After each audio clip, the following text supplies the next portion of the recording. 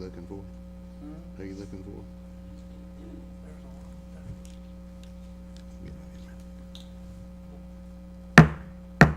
Good evening, everyone. Welcome to the Berea City Council meeting, Tuesday, August 1st, 2023. I'll call the meeting to order. Madam Clerk, please let the record reflect that a quorum is present. This time I call on Teresa Sinners to lead us in the invocation and Pledge of Allegiance. Teresa? If you'll bow with me. Father God, as we meet here this evening, we honor and praise you and ask that you'll grant us the wisdom and guidance that you can only do as we seek your best for our community. Thank you for all the ways that you bless us. It's in Jesus' name that we pray. Amen. Amen. Your eyes. I pledge allegiance to the flag of the United States of America and to the republic for which it stands, one nation, under God, indivisible, with liberty and justice for all.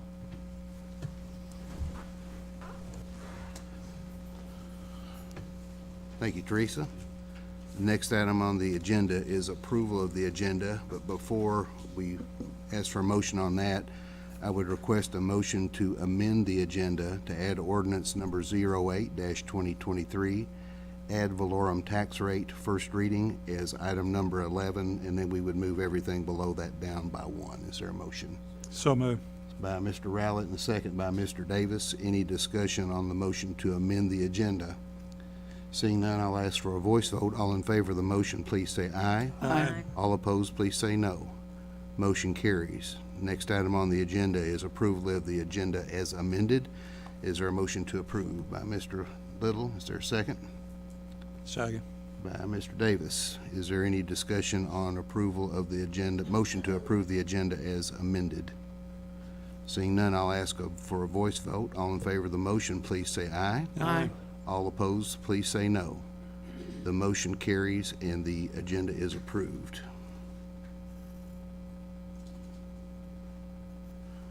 Next item on the agenda is approval of the minutes from July 18th, 2023 council meeting. Is there a motion to approve the minutes? By Mr. Little, second by Ms. Centers.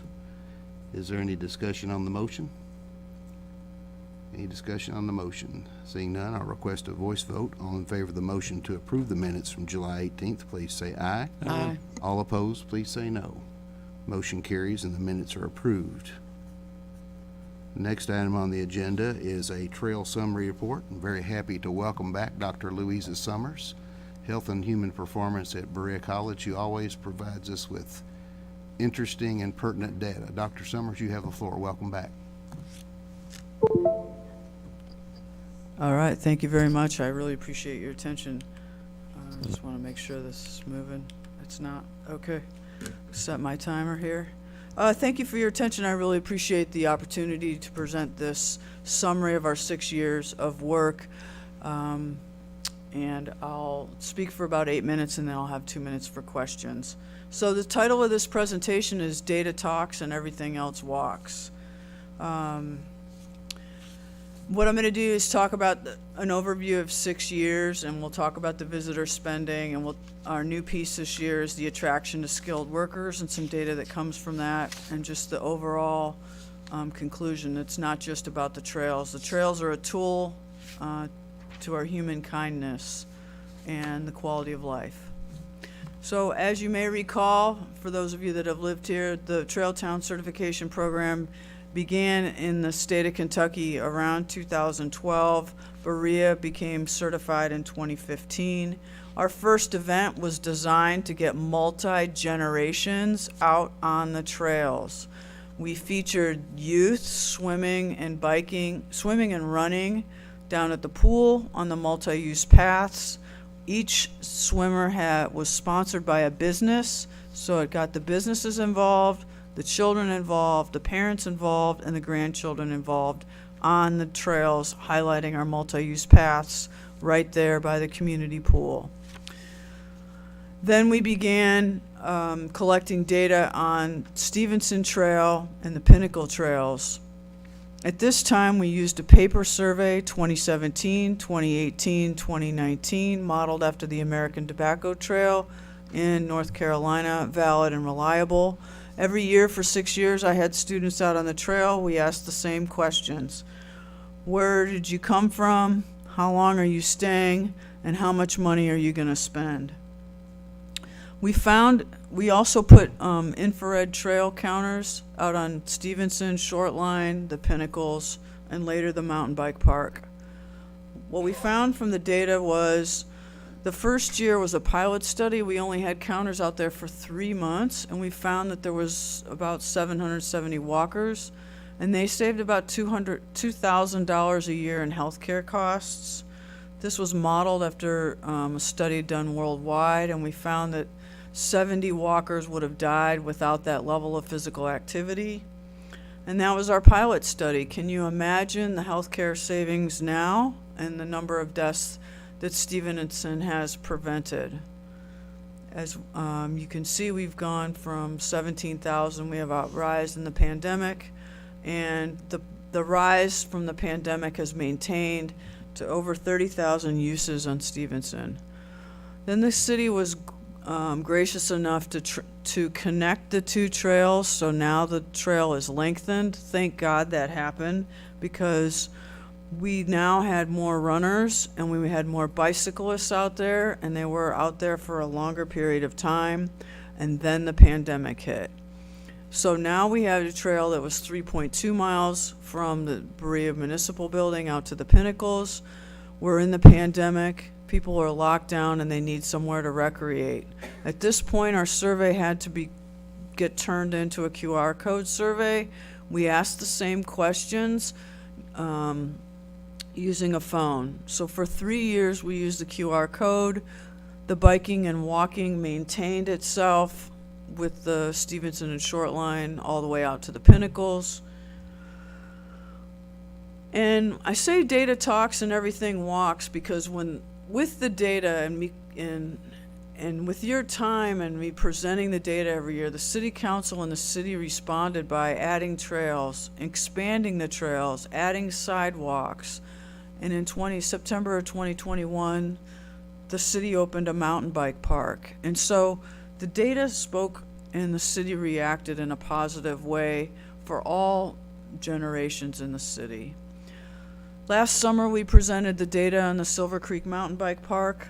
What we found was 2/3 were from out of town. We had about 10,000 uses, and that was just the first year. And we also found that the riders spend about $35 to eat, or to drive and park and eat in Berea.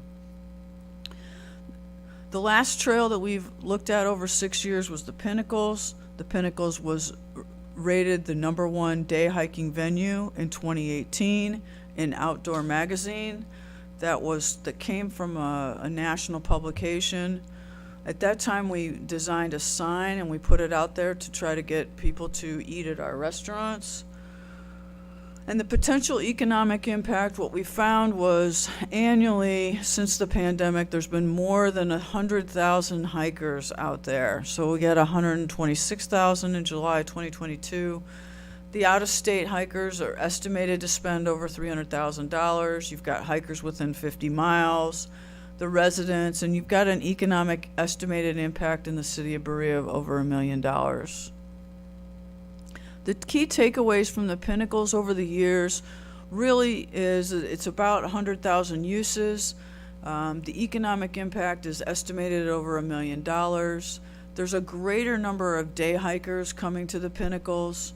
A targeted marketing or social media campaign designed to get people to the restaurants was recommended, and that the visits to the Pinnacles are memorable even 40 years after they've come. People have first dates there, and it's just a memorable location. But it's not really just about the trails. We're human beings and we're social beings, and the nature and the health link, not only is it physical activity that helps our health, but it was also the social impact of the Pinnacles. The year after COVID, so 21 was a groundbreaking year for our students and I, where people reported saying, I came to the Pinnacles to see other people and to socialize with my family, and they've ranked it at the same level as I go to the Pinnacles to exercise. So the question on a scale out of 1 to 10, why did you come to the Pinnacles? The reason to exercise and the reason to be with other people were just the same, was equal. That's unheard of. Okay, and so you've got this huge nature health link, but it's not just about the trail itself. It's about, of course, the business and the community development and the advocacy.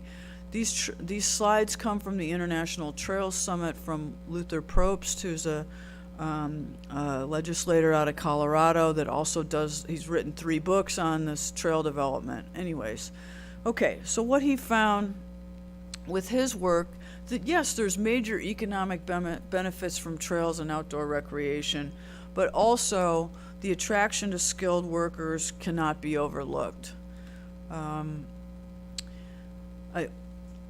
As we go to attract highly skilled workers like nurses and doctors and IT and computer programmers, they did a study in Arizona and in Grand Junction, Colorado combined. And the human resource directors were interviewed when people moved to their community. Why did you come to our city? Well, I came for the pay and I came for the cost of living, and I also came for the lifestyle. And then they say they came because of the schools. So if lifestyle is more important to schools, that's groundbreaking. I've never heard that before. What is lifestyle? Climate, outdoor recreation, organized sports, and spectator sports. And these are in order of how they define lifestyle. So what that means is highly skilled workers are fun hogs. They like the outdoors. And it's not just about the trails. It's about a competitive advantage in this rapidly changing economy. Active lifestyles and access to outdoors and a sense of place, right? Berea has a sense of place. That's why we created the Trail Town. It attracts bright, creative people, their ideas, their energy, and their capital. And that's what we chose to study over the last 6 years. So it's not just about the trails. And without the data talks and everything else walks. And I really appreciate your time. I'd like to thank my research team over the years. Osman is, doing an internship at Apple. Gage is going to go on and get his PhD. Sky's going to med school. Dalton is going to get his PhD. And Marina Martinez is going to nursing school. Can't thank the EPG program enough. I could not do this without them. The college funded this program in 2018, 2020, and 2022, and the Department of Health and Human Performance. And I'm happy to take questions. Thank you, Dr. Summers. 6 years of data. Wow. We will open the floor up for Dr. Summers. Sir, we have to go from the council. I'm sorry. Any of the council members? I just want to thank her for her work over the past 6 years. And it proves that the money that we've invested in trails and hiking is paying off. And there's still more to develop and more to come. Thank you. You're welcome. Thanks, Jim. Other council members with comments or questions for Dr. Summers? All right, and I know we had a couple from the... I was just going to say, Louisa, I love your term, fun hogs. Where did that come from? I stole that from Luther. Okay. And I know we had several people in the audience that had questions, Dr. Summers, so maybe you can catch them before, and if not, if anybody wants to email me, I'll make sure we get the question from Dr. Summers. But we have to maintain this section Sure. with the council members. So Great. Thank you for your time. Again. Thanks for coming, Dr. Summers. All right. Thanks for your time. The next item on the agenda is street and sewer acceptance. This is for Vineyard Phase 3. At this time, I'll recognize Amanda Haney, Codes and Planning Administrator, and Kevin Howard, Utilities General Manager. Kevin, you want to let Amanda handle this? Good. Amanda, you're on. Yeah, good evening, Mayor, City Administrator, Council. We actually had a little change to our little scheduled program. There will not be any sewer acceptance this evening because at a second review, we had already accepted that portion back in September of last year when it was installed. So this will be for just street acceptance. And so Codes and Planning Department and Public Works have inspected Vineyard Phase 3, consisting of 1,350 linear feet of streets at Chardonnay Way. So that's 1,042 feet on Chardonnay Way and 308 feet on Vineyard Way. That's a connector of two kind of segments that were already there. So we've inspected those for acceptance into city maintenance. All the deficiencies have been corrected, and we are requesting acceptance by city council. The street acceptance is for everything in the right-of-way. So I generally use that term back of sidewalk to back of sidewalk. What that means is that right-of-way would include sidewalks on both sides of the road, curbs, gutters, streets, stormwater infrastructure, in terms of piping, inlets, those kind of things, but excluding any retention or detention ponds. So in this particular phase, the only item that is not complete, if you drive out there, is streetlights. So those will be furnished by Bluegrass Energy. I have coordinated with Bluegrass Energy. We have a work order set up with them. They will be installed promptly. Everything's put in for the streetlights. It's just that kind of last coordination to get those installed. So we're just really kind of waiting on Bluegrass to do that. Should be done very soon. Again, as I said, Berea Utilities has accepted the sewer portion of that, which was 732 feet of 8-inch line and 4 manholes on Vineyard Way last September. So this evening, we would ask for the recommendation to accept the remaining streets, Vineyard Phase 3, into city maintenance. And I'll take any questions. Anybody like to start with a motion? If someone would like to make a motion? I'm sorry, Cora Jane? It took me a minute. You want to make a motion? So your motion is to accept 1,350 linear feet of streets in Vineyard Phase 3, city accepting an infrastructure in the public right-of-way from back of sidewalk to back of sidewalk on Vineyard Way, Chardonnay Way, for a total asset to the city of $540,000, excluding maintenance of detention and retention ponds. Is that correct? Mr. Little, do you want to second that? We've got a motion and a second. Is there any discussion on the motion? Any discussion? Seeing none, I'll request a voice vote. All in favor of the motion, please say aye. Aye. All opposed, please say no. Motion carries. Amanda, thank you. Kevin, thank you too. Appreciate your all's work.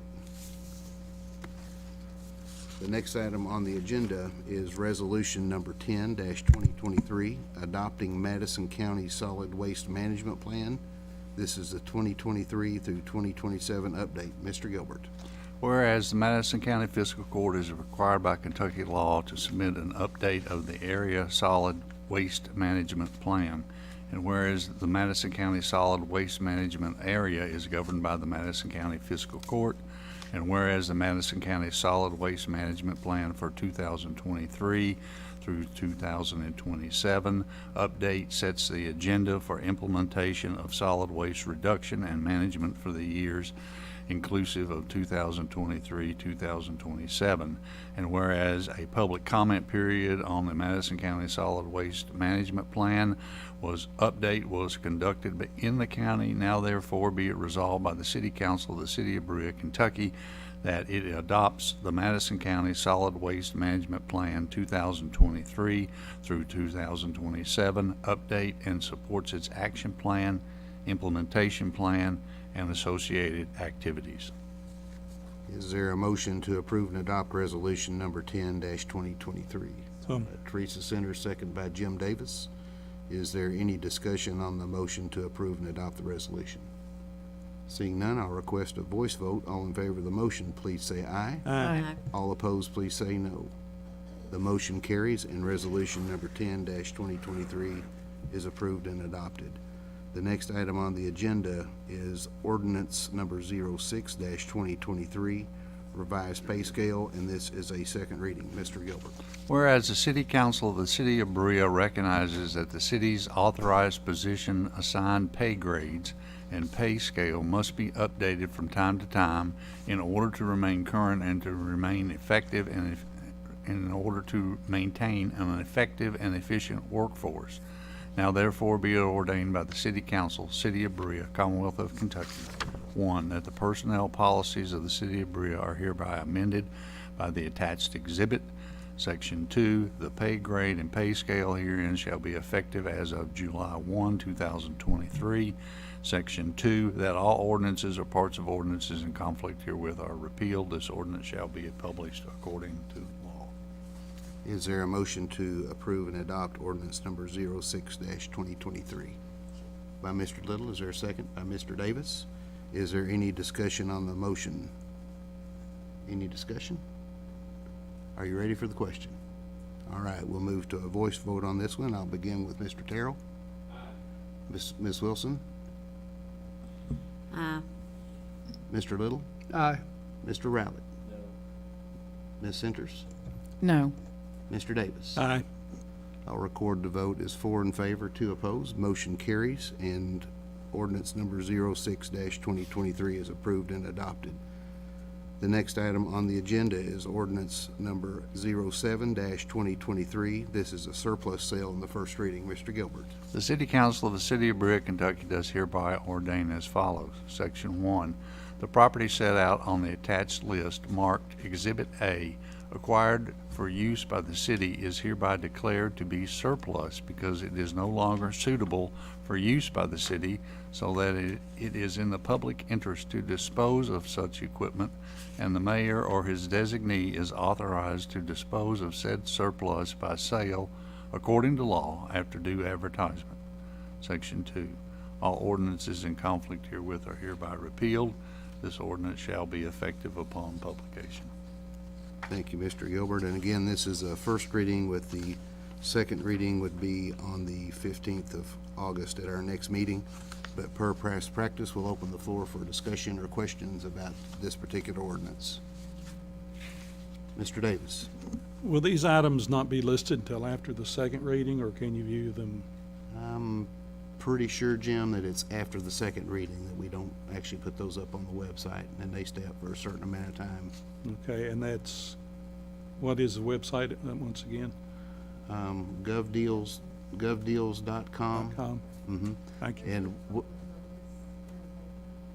Okay. there'll be a public notice in the paper, and also what I'll do is I'll ask the city clerk and city administrator to be sure that that's on the city website and the city Facebook page as well, where people can click and go directly to our page instead of all the other stuff on GovDeals. Thank you. Good question. Any other comments or questions? A lot of things on there, so there is an exhibit with everything that'll be up for auction, so. Any other discussion on that one? Seeing none, we'll move forward. We amended our agenda to include adding ordinance 08-2023, ad valorem tax rate, first reading. Mr. Gilbert. Be it ordained by the City Council of the City of Berea, Kentucky as follows. Section 1, that an annual ad valorem tax for city purposes in the general fund of the said city in the sum of 9.5 cents upon each $100 of the assessed value of all real and personal property within the City of Berea, Kentucky, not otherwise exempt, is hereby levied and imposed upon the owners of said property, persons, or persons assisted therefore for the calendar year 2023. I'll summarize the following sections as follows. Section 2, that pursuant to Kentucky law, an annual franchise tax levy for city purposes and the general fund of said city in the amount equal to 25% of all deposits of all financial institutions located within the jurisdiction of the city is hereby levied and imposed on each financial institution. Sections 3, Sections 4, Sections 5, Section 6, and Section 7 provide for the manner of the collection and enforcement of the ad valorem taxes. Section 8, all ordinances or parts of ordinances in conflict herewith are hereby repealed. This ordinance shall be published according to law. This is a first reading with the second reading scheduled for August 15th at our next regular council meeting, but I will open the floor for any comments or discussions. Any questions? Mr. Little, go right ahead, sir.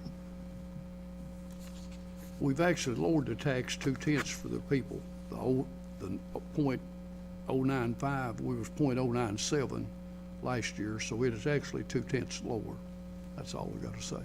Thank you, Jerry. Good information. Any other discussion on the first reading of ordinance number 08-2023? All right, seeing none, we'll have the second reading at our next meeting. Moving forward, we have department head reports tonight, and we're actually going to have two. I think we've got a little catch-up to do, so we're going to welcome back Police Chief Jason Hayes, and also tonight, Sean is here, but Charlie is going to do the not you, Charlie, the other Charlie. Charlie's going to do the fire department update today. So, Thank you, Mayor, City Council, City Administrator. I know since fire is presenting as well, I try to keep it short. You guys know how I like to talk, but I'll do my best here. Just want to update you on a couple of upcoming events that we have within the community. We got our Coffee with the Cops scheduled for August the 15th at Cracker Barrel from 8 a.m. to 9:30. COVID put a halt to that for a few years, so we're glad to have that back. We'd have a few citizens asked us to bring that back. So we've also partnered with the Parks Department to participate in bingo that they're bringing back this month in August. I think August the 23rd, Priscilla. We had some community members reach out to us last year as well, asking us to do something like this. So thank you, Priscilla and Parks, for letting us participate in that and reach out to that part of the community.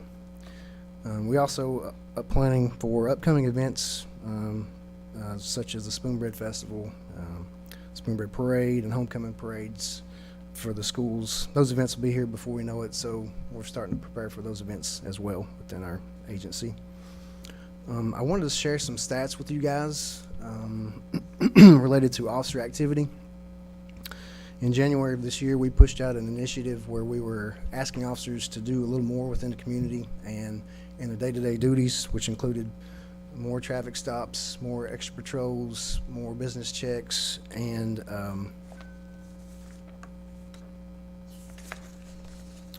just calls for service in general. The theory was that if they're more active, they're more likely to prevent crimes, they're more likely to catch people in the act of crimes, and it's going to improve our relationship with the community. You ask how can we improve that with traffic stops? My belief is that it gives them the opportunity to use their discretion. You don't have to write everyone a ticket, so you have the opportunity to say, see someone that's having a bad day, just give them a warning for that expired tag or something. So I think that helps with our relationship with the community. So what we did was we looked at stats from January of last year to August of last year, and then compared that with stats from January of this year to now. So when we looked at extra patrols, last year we conducted 962. And before I get started on these, some officers can log these in their computer, or they can call out the dispatch to say, I'm doing this. Sometimes they don't do it. Sometimes they'll go to business checks on night shift and just get 10-8 and not tell that. So these numbers might not be perfect, but these are what we have. So extra patrols last year, from that time frame, we had 962. This year, we've conducted 1,360 in that time. Last year, we had 357 business checks logged. This year, so far, we have 752. Last year, we had 9,555 calls for service in that time, and this year we're up to 12,062.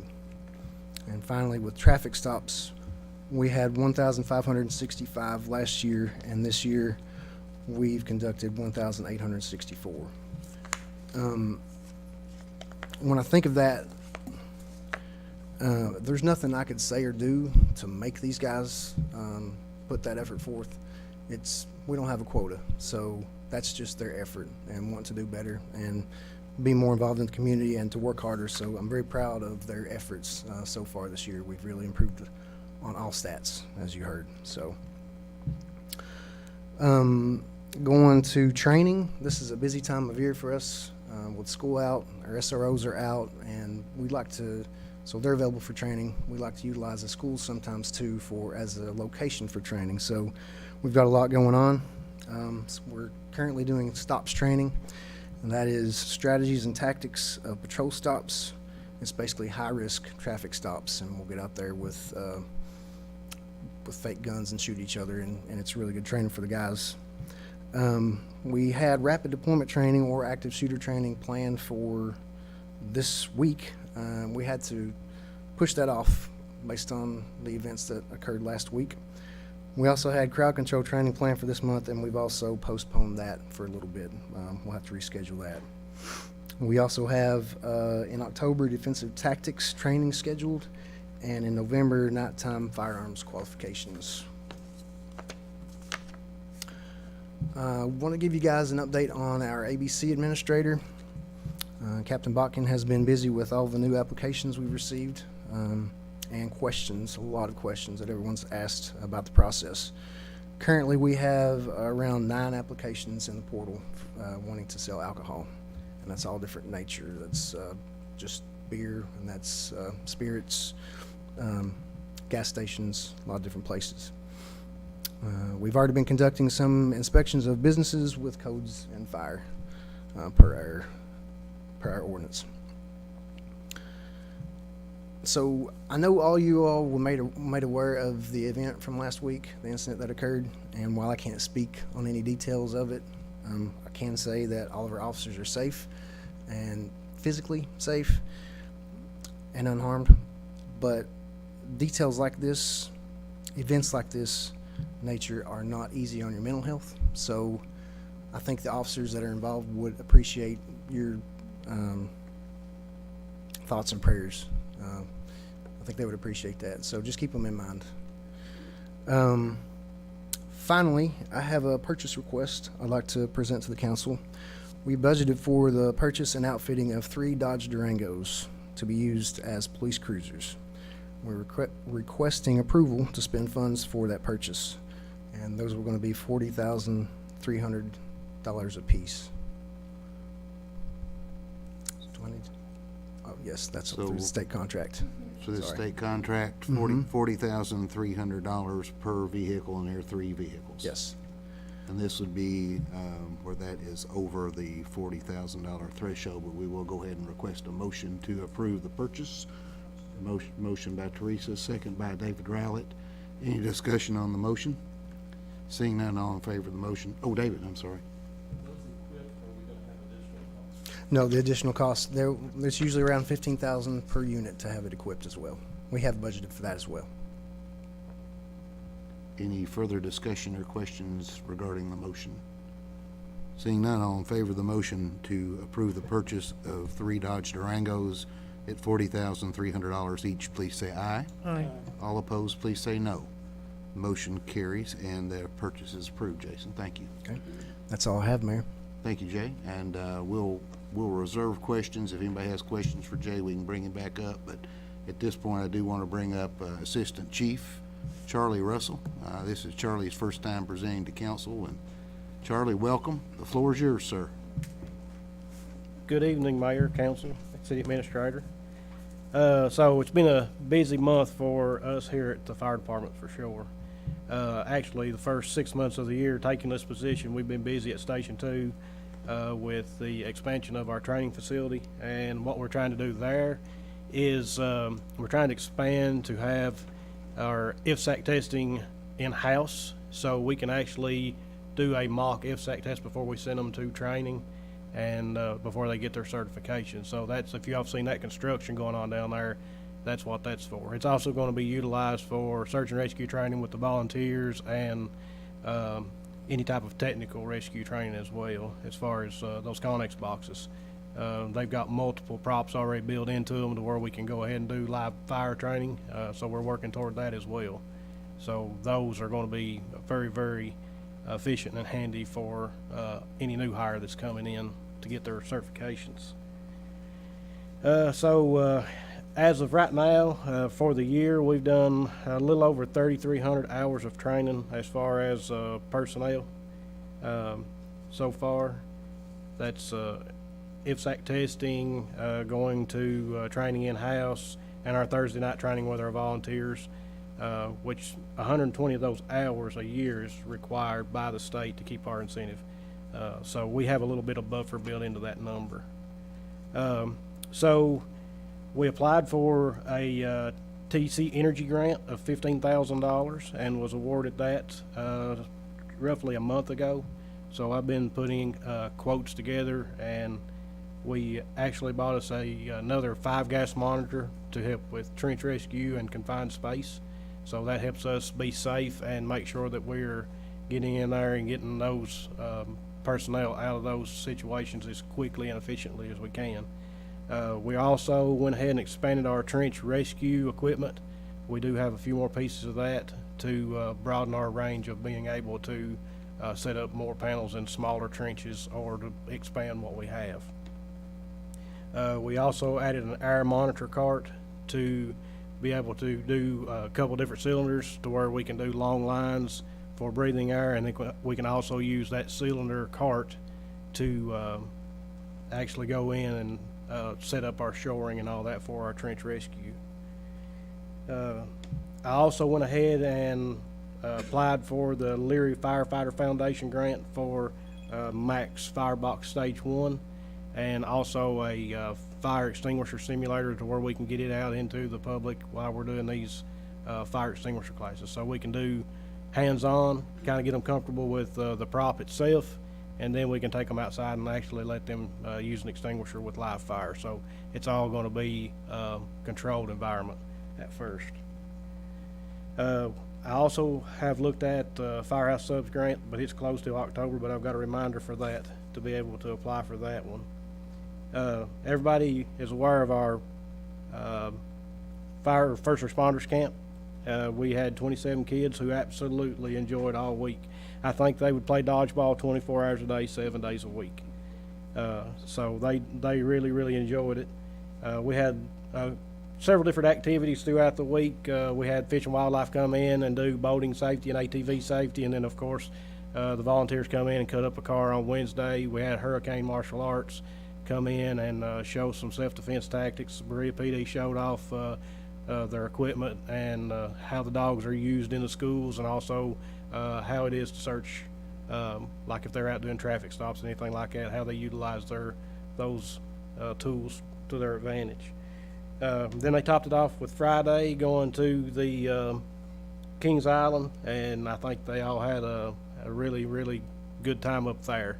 I think they ended up winning a bear that barely would fit in the back of a cruiser. So they had a blast. And also Wednesday, thanks to the pools and you all for letting us utilize that for those kids. They absolutely enjoyed that as well.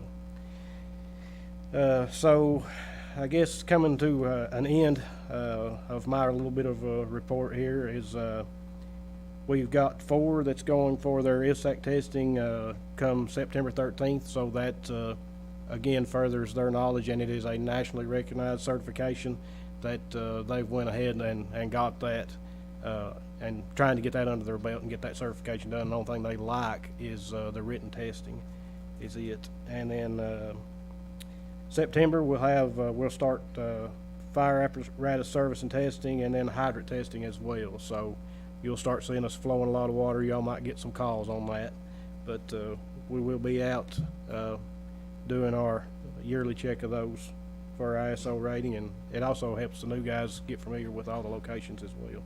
So it helps us both ways. Any questions? All right, at this point, we'll open the floor up for any questions or comments for Charlie or for Jason for police or fire. Jim, then I'm gonna come back. I think Teresa had one too. So Jim, you go first. Charlie, thank you for your report and all the work that you all do. I think hearing the grant writing is wonderful. And- Thank you. and that- I know it takes a lot of time and effort, but it also brings extra money in and allows you all to do things that you couldn't do normally. I've got one question. I noticed on the surplus list, you all have 3 water berms. So those are, that was used for like in those C-SEP tents. So it catches water and it actually has a hose and a pump that pumps that water out to a bladder to be caught.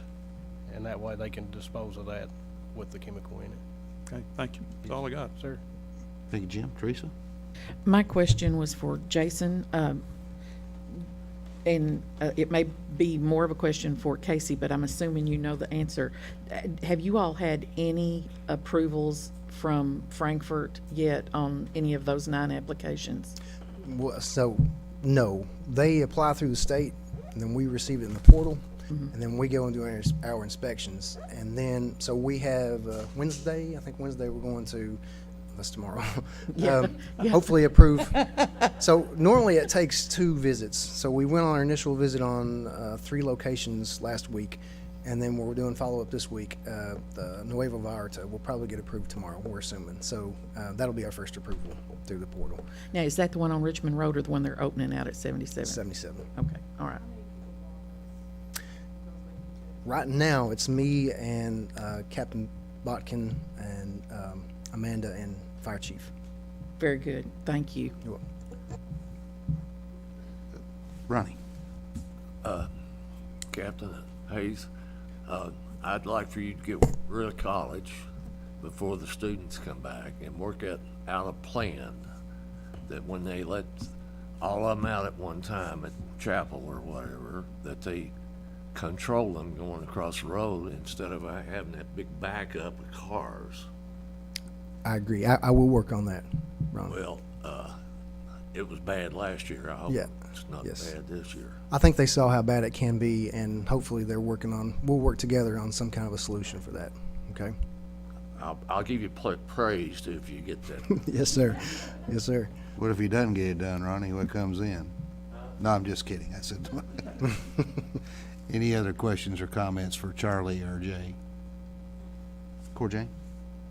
I just want to say thank you to both of you for what you do and your men, but and women, sorry.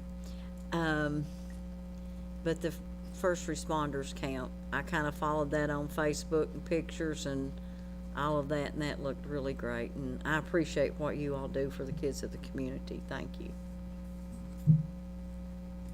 Other questions or comments for police and fire? Seeing none, thank you, guys. Good report. Charlie, good first report. Appreciate you being here. Sean, thanks for sharing Charlie with us. And at this time, I'll ask if any other department heads would like to address the council. Any other department heads? All right. Moving forward, next on the agenda is public comment. Would any members of the public like to address the council? Ma'am, if you'll step right up, state your name and address for the record, and I'll read this real quick for the benefit of anyone else that may need to comment. Public is given an opportunity to speak to the council during the public comments portion of the meeting.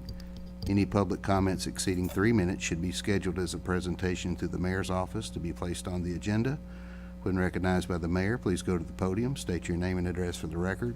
Comments should be business-oriented. We ask for no inappropriate language or naming of any person individually during the comments. Ma'am, you have the floor.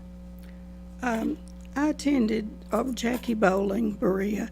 I attended the work session tonight, and there was a lot of information that was given out. The only thing that bothered me personally were the people that were or their positions that were being talked about as far as their pay and their ranking or whatever. I think it's somewhat improper to have those people in the same room as the people that are making those decisions, because it really puts pressure on the people that you know that are your friends and are doing good jobs or whatever. I think it should be a closed meeting between the council, the mayor, and the city administrator. I don't even need to be there. Secondly, recalling last council's meeting, I think that it was very improper that a council member was allowed to vote on the price of the license for alcoholic sales when it was truly a conflict of interest and would impact her business. Luckily, the higher amount passed, and she failed in that, but I think that we should take note of people that do things for their profit and look down on other people's for their profit. Thank you. Any other members of the public like to address the council? Yes, if you'll step right up, and same rules apply. I won't go through the whole schmo again. Welcome, you have the floor. Done. Okay. Hold on, I've got to wake my computer up. All right. So my name is Lydia Kitts. I live here in Berea. And as a former communications educator, business owner, and community member, I'm here today to talk about visual accessibility regarding our government communications. I'm requesting that all city government-related social media posts be accessible. This means sharing more than an image of a press release or a graphic. The full text or an explanation of that text needs to be in the caption of all posts. As you know, these pages that we have are tools for sharing information. Day-to-day posts like city council agendas and bid information, but other times they're urgent, such as boil water advisories and power conservation alerts. If you didn't want that information to be read and shared, you wouldn't be posting it. And I know that each of you cares deeply about our community, or else you wouldn't be sitting up here. Often, when I share information about accessibility, I get the response of, well, how many blind or deaf community members are using social media? Or, why should we do this for just a few people? And I recognize the irony in this, but look around this room. How many of us are wearing glasses? I counted, there are 18. So, and then there are, how many of us are wearing contacts?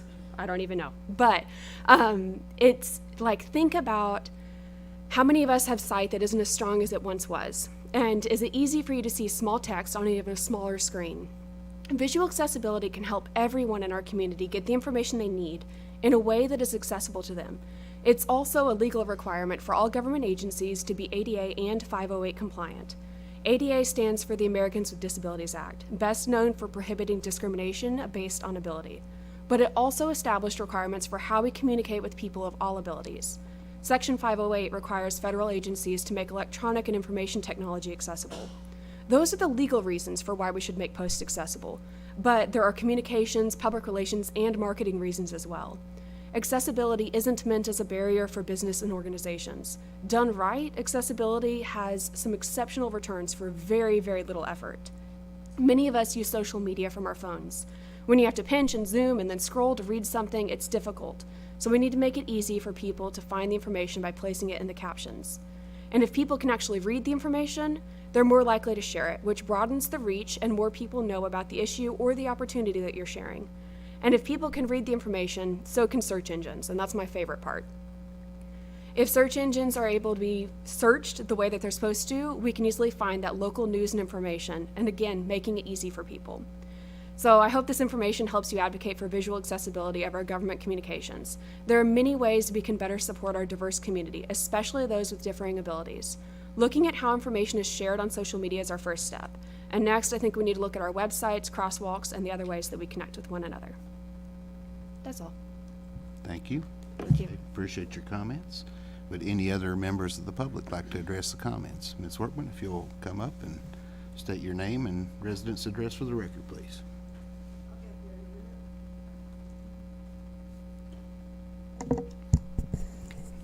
Eleanor Workman, I represent myself.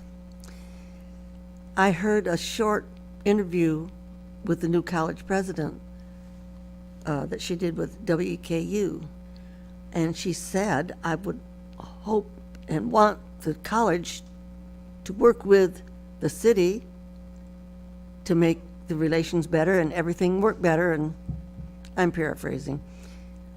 And my first thought is, please put an over-ramp on Chestnut Street, because somebody's going to get it. Thank you. Thank you, So Mrs. you Workman. can approach her, Mr. Mayor.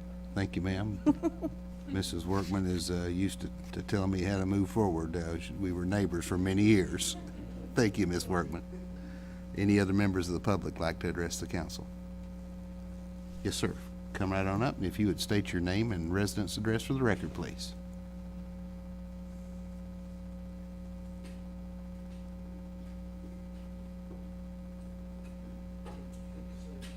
Take your time.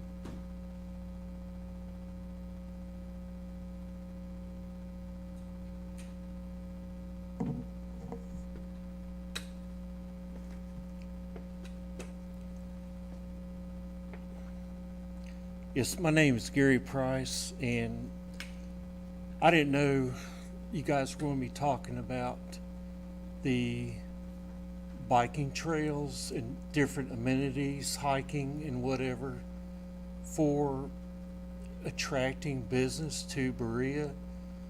I worked at Toyota in maintenance and tool and die for 30 years. And they are losing a lot of people who are going to Colorado, Utah, like a lot of defense contractors and everything. These are skilled people with high paying jobs. And the kids are coming in there and they get their training and they take off. And they're actually going, not all of them, a lot of them are going to jobs that are paying 3 times the money in defense contracting, but a lot of them are going for lower paying jobs, but it's the environment out there, things they want to do. They love doing outdoor activities, and they want their new families to be out in a situation like that. So I was surprised at all the numbers up here. I'd never followed this before, and just want to say it was a good thing. I think it is. So, and that's it. Thank you, sir. Thank Any you. other members of the public like to address the council? All right, seeing none, we'll move forward to the city administrator's report. I'll recognize City Administrator Rose Beverly. Rose, you have the floor.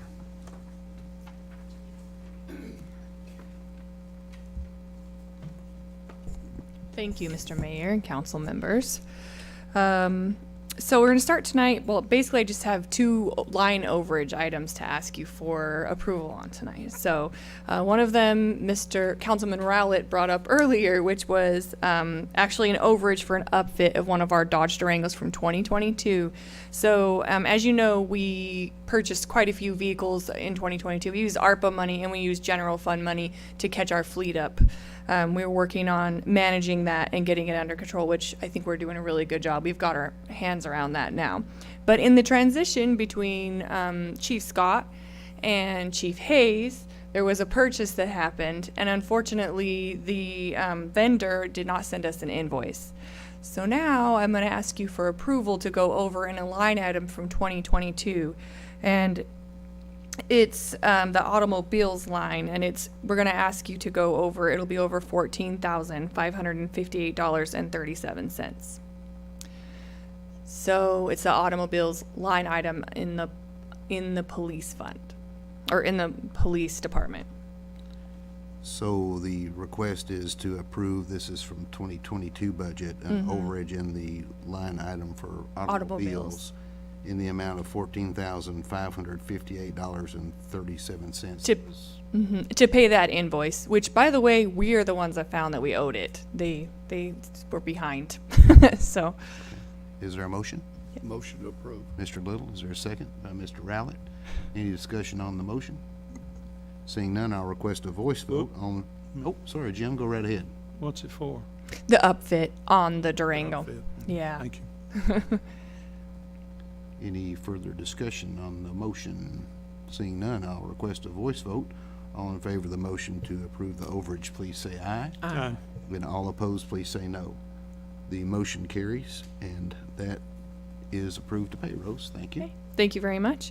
The next one is the soccer field lights. So I think most of you knew that in early spring, a set of light fixtures on the soccer field at Park Expansion fell from their pole. There was several days of high wind, and they just fell down. Obviously, they were completely ruined. And so we did file a claim with the Kentucky League of Cities, and they issued us a check for $28,829. So that was very nice. That helps a lot. So we went out and got bids or quotes to replace the lights. We got 3 of them. One of them was for $50,505. One of them was for $59,800. And Musco Sports Lighting LLC came in at $48,100. They're also a Sourcewell vendor, so we would like to move forward with them. And so we need a permission to move forward with the purchase, but we also will be over on an account line item in the park, 6005-56800, and that's the capital outline line.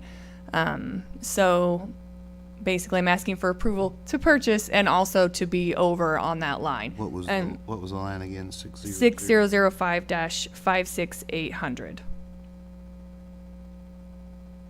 And we're just hoping to hurry and get that done so that we can have all the lights there when soccer starts.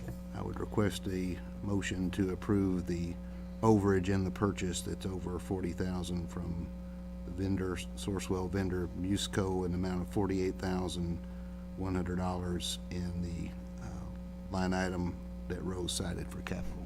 So moved, but may I ask a question? Certainly. Is that that's in our new budget in this year's? Correct. Okay, all right. So we Yeah. do have a motion by Teresa Senders. Is there a second? By Cora Jane Wilson. Is there any discussion on the motion? Yes, sir, Jerry, go right ahead. Did you say the insurance paid $28,000? How come they didn't pay the whole? I'm sure it's something to do with, the lights being old and depreciation. So, but we're happy that we thought about actually filing the claim because it was wind. So they did pay. But we're not replacing any more lights. No. Just the ones that got damaged. That's right. Yeah. If we wanted to replace all the lights, we did look at that because now, we have older lights and newer lights. It's not an ideal situation, but it would be, I believe it was over $100,000 to do them all. And so, It's just unusual the insurance company didn't pay for it.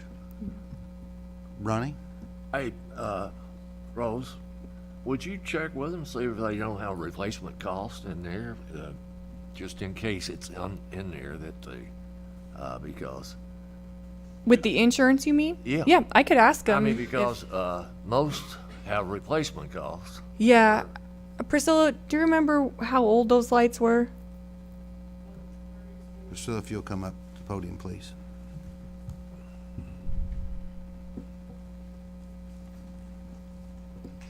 That park was built in 2010, so 13 years 13 old. years old. And these will be replaced with LEDs. They don't make these fixtures anymore. They don't exist anymore. So now they'll be upgraded to LED lights. Jerry?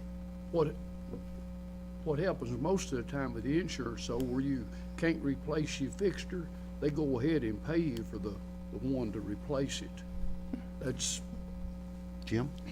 And they could be thinking, we're lucky. They could say it's an act of God. We're lucky they're paying anything. They could be saying it's an act of God. And Jim, if they say that, we need to find another insurance company. could be, yeah. Yeah.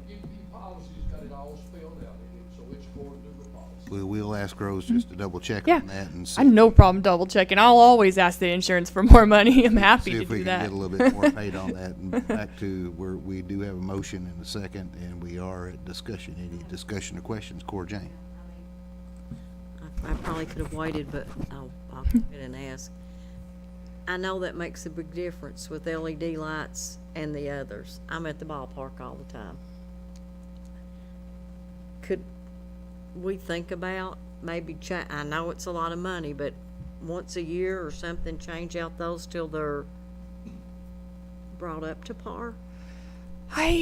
We asked the school because really those lights are not used by the city. It's Right. for soccer. So we said, we'll do this one. Do you guys want to do the remaining? Well, maybe work with them or something. Yeah, and they were not interested at all. And I feel like that's partially because they're not really sure about the future of that field. If they make some other changes, they might be moving soccer. So I think maybe it's a discussion for the future when they figure out where everybody's going to be playing.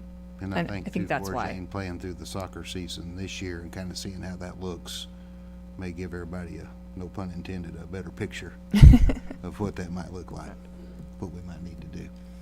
Other comments or questions? Good point. Mm-hmm. Other comments or questions? All right, Priscilla, thank you. Seeing no other further comment, I'll ask for a motion to approve the overage in the purchase of those lights. Is that all in favor, please say aye. All opposed, please say no. The motion carries, and Rose, we're back to you.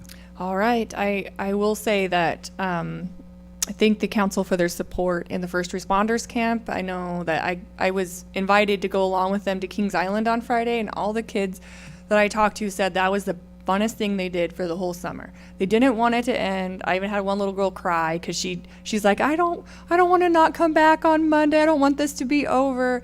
And I think you don't probably know this about me, but I like amusement parks more than children.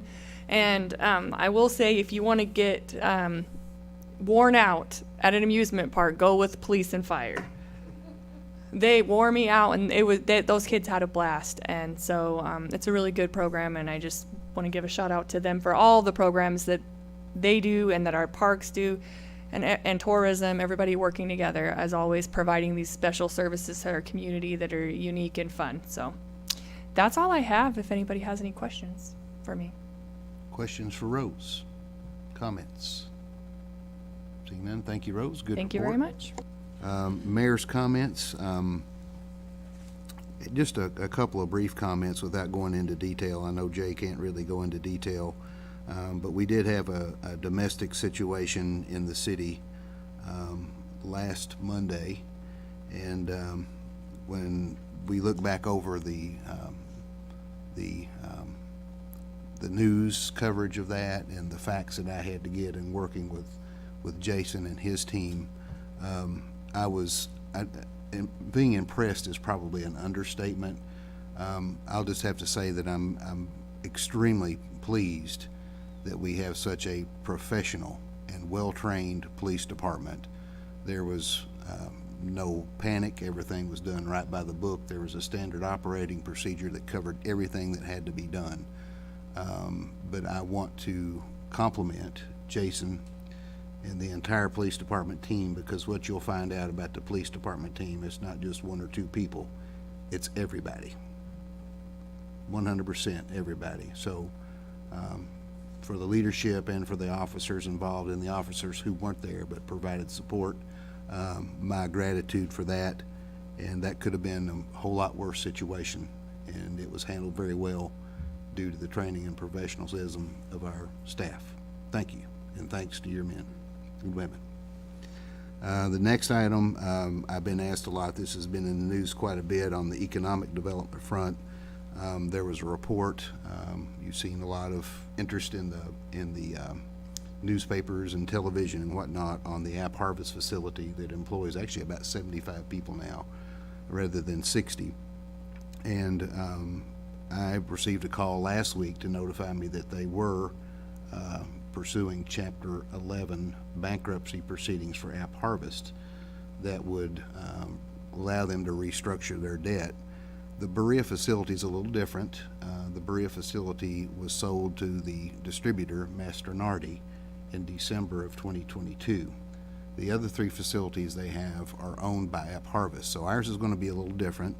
And what we expect on the Berea facility at this time, based on the information that I've been given, is that it will be with court approval, because this all has to go through the court, but with court approval, that it would be a transition from App Harvest to Masternardi. And I was told that the only difference the employees would notice would be that instead of the App Harvest on the paycheck, it would be Masternardi, and that they intend to keep the workers at roughly the same wages. So I'm looking forward to talking with Masternardi officials. I've been contacted by them and will be meeting with them soon. But I am optimistic that Masternardi will make that work. It's a great concept, and it is a state-of-the-art ag tech business that I expect will endure. So that's what I have at this time. If there's any more, I'll report that to you publicly. But good news that Masternardi has reached out already. That's all I have for the mayor's comments, and we'll next move to council comments, and I'll begin with Ron Terrell. Ronnie, you have the floor, sir. No comment. Thank you, sir. Cora Jane Wilson. I have one, basically. I had every intention of voting, I was gonna vote no on the pay scale stuff going on. Not for the pay, not for the employees, but just some things within it. But I'm hoping that moving forward, that the personnel committee, I mean, this is something nobody knew about. This was, you were doing it, I didn't know about it, but that we could maybe have work sessions and talk about what's going on and what the plans are, and us be more involved. And I don't think that's out of line to ask for that. It just gives us a heads up and not to feel like you're thrown under a bus, kind of. And that's probably at the point where I was at, and not by you or anyone else, but just not knowing and just things going on. Thank you. Thank you, Cora Jane. Jerry Little. Jerry.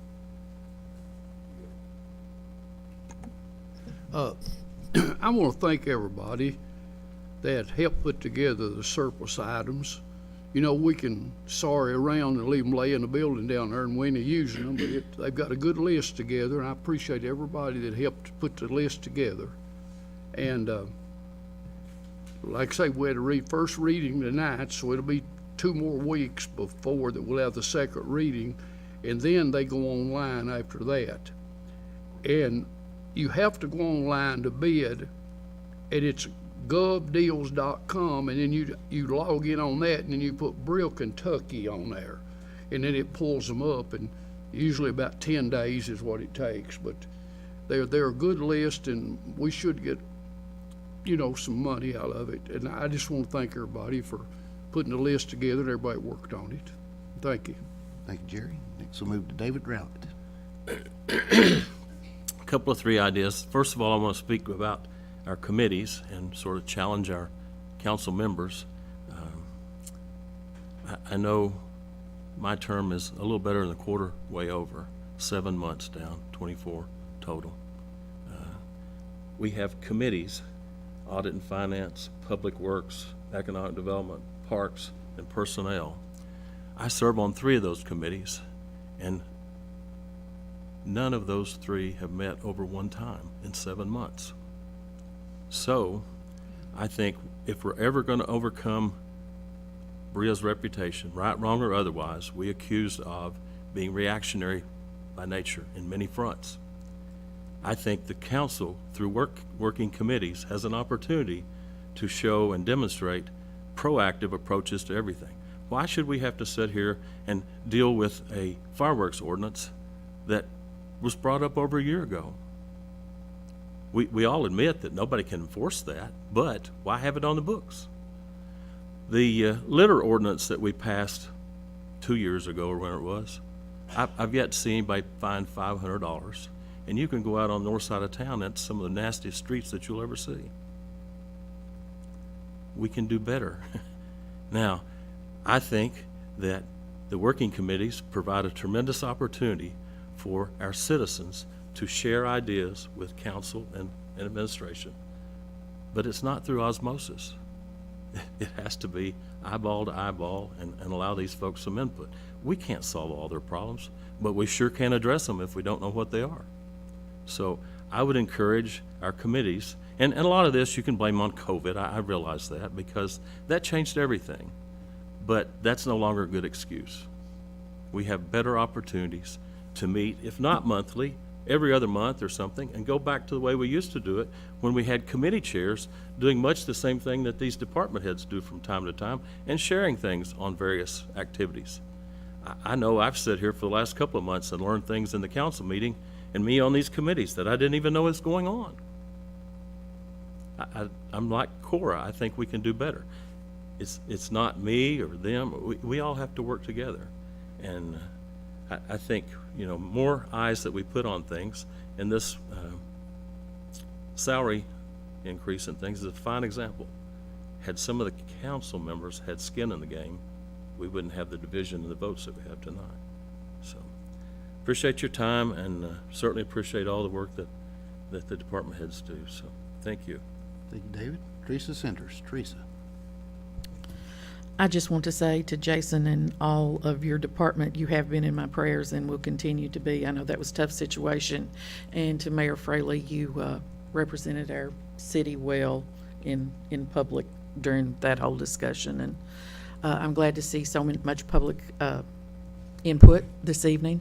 We love to hear from all of you all. Have a good week. Jim Davis. Jim, you have the floor. The last word. The last word. Economic Development Committee meeting. August the 14th at 6 or 6:30, Donna, what we, 6 o'clock in the Randy Stone room. I want to thank Dr. Summers for her work over the past 6 years again. And just kind of a shout out to Roy and his crew from the Public Works Department on the work they're doing down on Rose Court. It's long overdue, but it's getting done, and to me it looks like they're doing a good job. So I guess we get a good hard rain, we'll find out, won't we?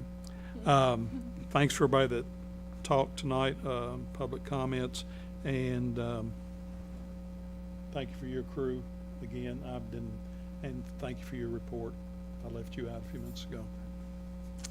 And I'll make a motion to adjourn. Motion to adjourn. Is there a second by Mr. Little? All in favor of the motion to adjourn, please say aye. Aye. All opposed, please say no. The meeting is adjourned.